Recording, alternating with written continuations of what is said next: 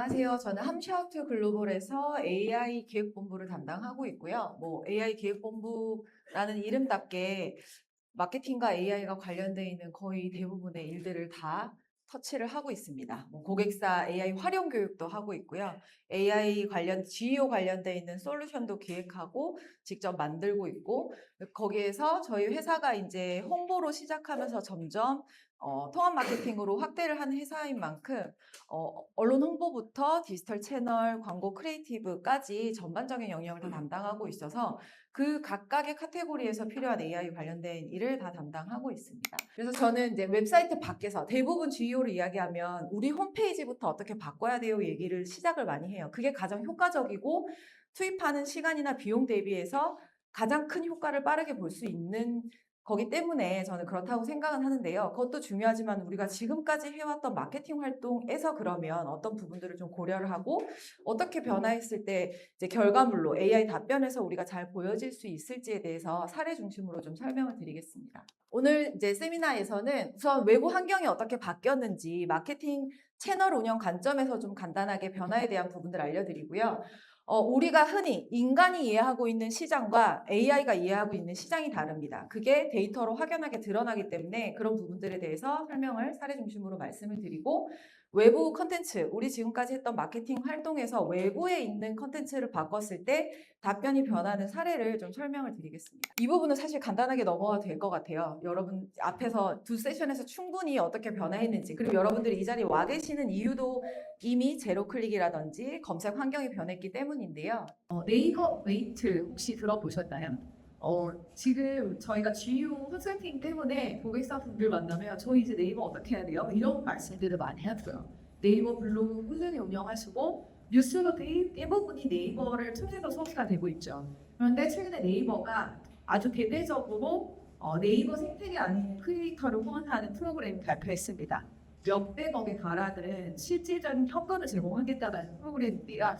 요즘 그거예요. 네이버 AI 브리핑에서 인용되는 크리에이터에게 적극적으로 보상을 하겠다. 이게 기업까지 해당이 되진 않지만 저희가 분석해보니까 공공 성격을 띠고 있는 채널들, 지자체라든지 공기관 같은 채널들도 이미 네이버 베이트라는 그 엠블럼을 달고 있습니다. 지금 네이버 같은 경우는 AI 브리핑의 실험을 적극적으로 하고 있고 어떤 키워드로 검색하냐에 따라서 네이버의 AI 브리핑이 뜨기도 하고 안 뜨기도 하는데요. 거기서 인용된 채널들을 이 메인 기준으로 적극적으로 지원을 하겠다라는 뜻입니다. 결국은 우리가 AI 외부에 있는 AI 플랫폼에서 보여지는 것도 중요하지만 우리나라의 60% 이상의 그 시각 점유율을 가지고 있는 네이버도 결국은 AI가 답변에 만들어내는 데에 적극적으로 동참을 하면서 이렇게 우리가 지금까지 활용했던 외부 채널, 인플루언서 채널들이 되겠죠. 인플루언서들 역시 AI 답변 속에 같이 참여를 하고 우리가 관리해야 되는 영역이 들어오는 거예요. 지금 네이버에서 공표를 한 가이드는 사실은 우리가 계속 봐왔던 네이버 그 크리에이터들을 위한 가이드랑 거의 비슷합니다. 보시면 직접 경험한 게 중요하다. 크리에이터들, 우리가 인플루언서들 캠페인 할 때 크리에이터들 직접 제품 써보고 그들만의 방식으로 체험 결과들을 컨텐츠화 해주기를 요청을 드렸죠. 다만 거기서 우리 브랜드의 원하는 메시지를 자연스럽게 잘 담을 수 있도록 했었고요. 그리고 주제 전문성. 지금 AI 네이버가 웨이트라는 프로그램을 발표를 하면서 가장 중요하게 생각하는 게 전문성입니다. 우리가 보통 인플루언서 캠페인 할 때 네이버 블로거들을 대상으로 모집을 할 때는 상위 노출이 1차 목표였어요. 그래서 상위에 노출되는 로직으로 크리에이터를 집중을 했었는데 네이버가 발표한 내용에 따르면 한 분야의 깊은 전문성을 가진 채널리스트로 AI 브이앱 쪽에 선정이 된 인용이 될 가능성이 높다라고 이야기를 했습니다. 그러니까 예를 들어서 중고의 페르소나를 가진 어떤 채널이 요리도 하고 레시피에 캠핑도 하고 리빙 인테리어도 하고 여러 주제를 해요. 근데 그 블로거는 상위 노출의 로직을 너무 잘 알고 있어서 늘 상위 노출이 되니 우리가 적극적으로 활용하고 있었는데요. 이 로직에 따르면 이 사람은 그 분야의 전문성을 가진 게 아닙니다. 그래서 여러분들이 앞으로 캠페인을 하실 때 특정 분야의 깊이 있는 전문성을 가진 인플루언서를 고려를 하셔야 되는 변화가 생긴 거죠.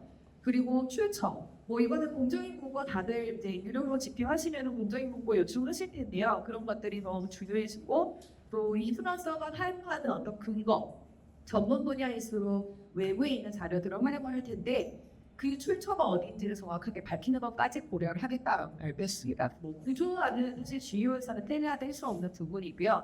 네이버 그 에디터에서 제공하는 기본적인 구조화 요소들을 적극적으로 활용하면 되는 걸로 알고 있습니다. 그리고 최신성이 또 중요한데요. 이건 어느 분야 사실 최신 정보를 AI가 확인하고 크레인에서 가져오는 것들 측면에서도 중요하긴 한데 네이버에서도 아주 오래된 정보들이 아니라 같은 내용의 비슷한 텍스트의 정확성이 있다면 최신 정보를 덮었다라고 이해를 하시면 됩니다. 그래서 저희가 최근에 진행했던 캠페인 중에 하나가 정말 저희 고객사가 원하는 키워드였고 너무 그 안에 있는 칠 나와 있는 답변은 고객사가 불만족스러운 그 브리핑 답변이었어요. 아리엘들이.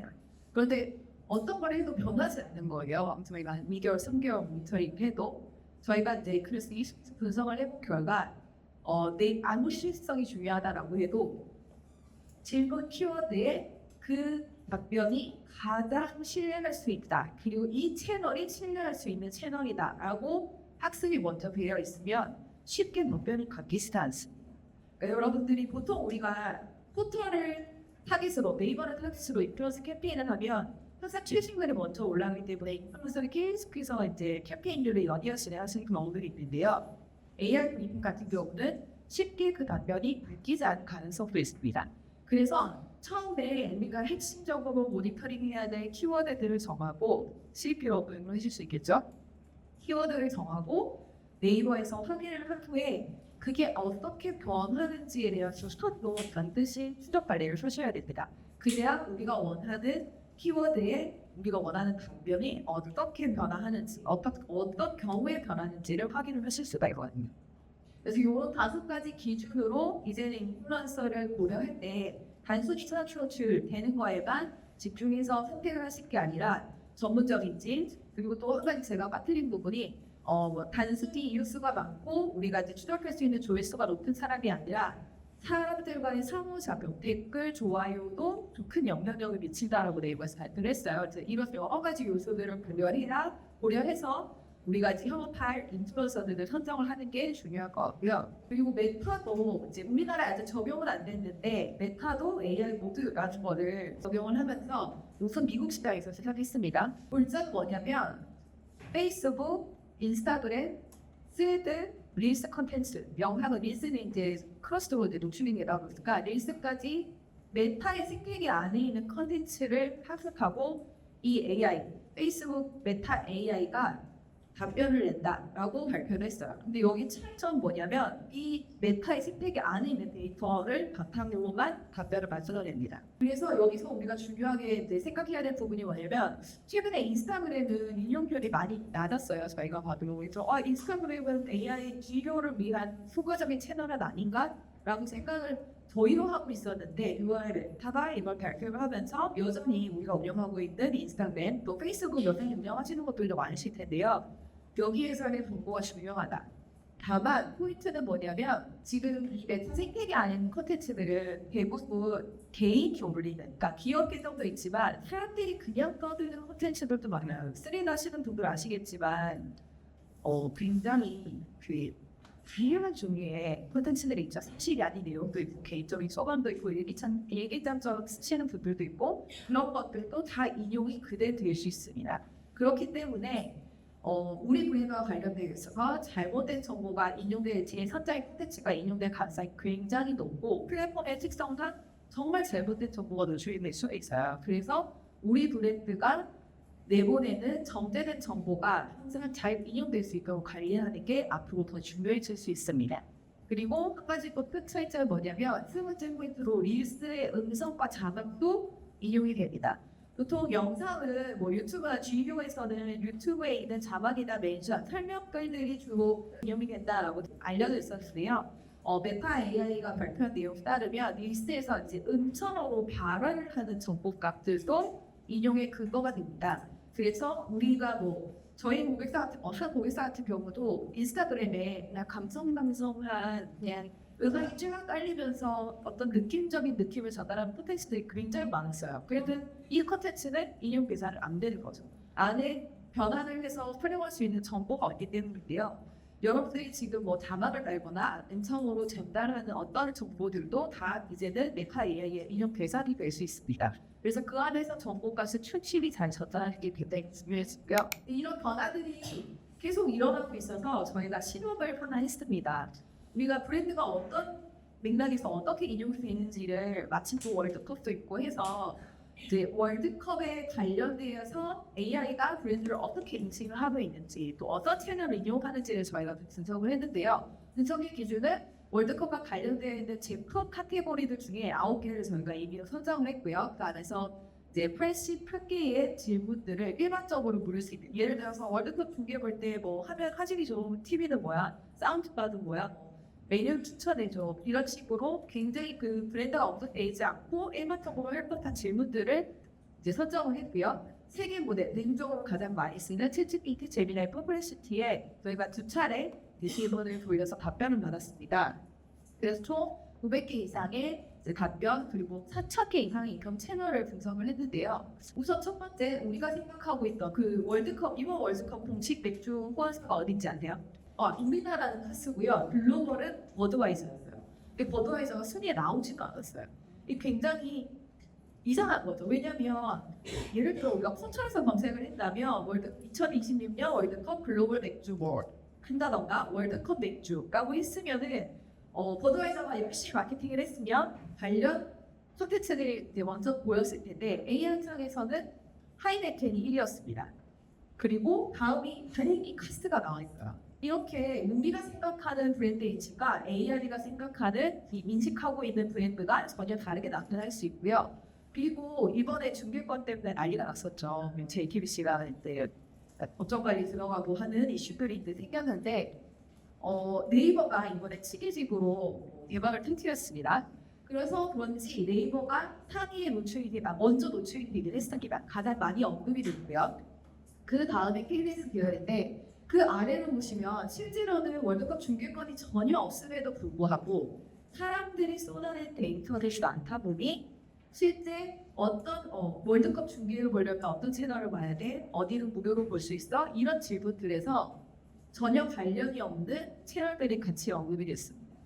그래서 이렇게 우리가 사람들이 대표적으로 인식하고 있는 이 시장 규모라든지 이런 것과 달리 AI는 철저하게 학습된 데이터, 웹상에서 존재하는 크롤링할 수 있는 데이터 기반으로 답을 만들기 때문에 실제 여러분들의 브랜드가 시장에서 인식하고 있는 상황과 AI가 인식하고 있는 상황은 전혀 다를 수도 있습니다. 그래서 우리가 한번 진단을 꼭 한번 하고 그걸 시각적으로 GUO를 시작해야 되는 거죠. 그리고 맥락, 여러분 그 AI 답변에서 맥락 얘기 정말 많이 하는데요. 저희도 사실 이걸 실험하면서 깜짝 놀랐던 게 그냥 먹을 수 있는 뭐 브랜드 우리가 그 월드컵 하는 치킨이잖아요. 심지어 아침부터 대비해서 그렇게 주문을 많이 했다라고 하던데 일반 치킨을 추천했을 때는 그 상위 브랜드들이요. 실제 시장에서 점유율 높게 기록하고 있는 BBQ, BHC가 나왔는데 우리가 이번에 새벽과 아침 경기였잖아요.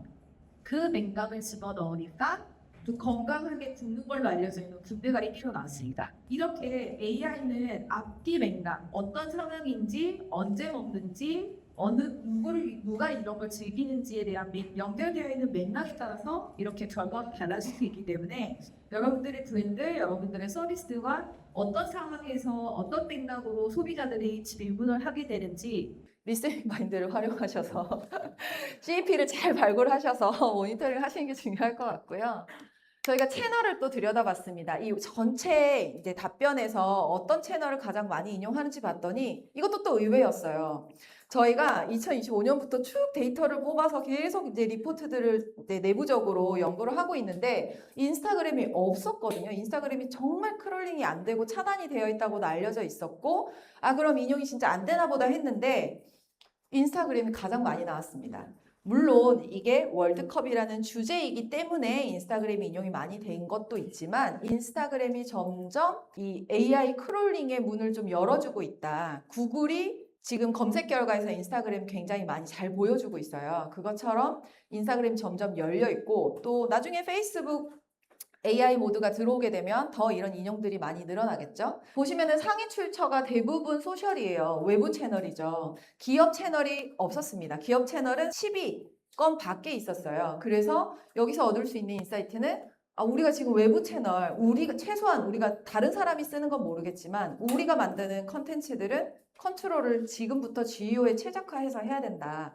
이런 중요한 요소들을 볼 수 있고요. 이렇게 전체적으로 아까 말씀드린 것처럼 AI가 인식하는 브랜드에 대한 부분은 시장에서 인식하고 있는 것과 차이가 있습니다. 그래서 저희는 AI 답변에서 리테일러 소비자의 어떤 니즈나 이런 것들을 발굴해서 거기에 맞는 걸 알아가는 것도 중요한데 한편으로는 그 도대체 AI가 우리 브랜드를 어떻게 인식하고 있는지 한 번은 제대로 진단을 하고 시작하셔야 된다라고 생각해서 저희가 아이바라는 브랜드 AI가 브랜드 진단 서비스를 만들었는데요. 5개 지표를 냅니다. 물론 뒷단에는 좀 복잡한 이제 수식들이 걸린 그 체계들이 정립이 되어 있긴 한데 쉽게 설명하면 브랜드 대표성. 우리가 이 산업, 우리 서비스 이 굿 안에서 우리를 대표로 인식하고 있는가.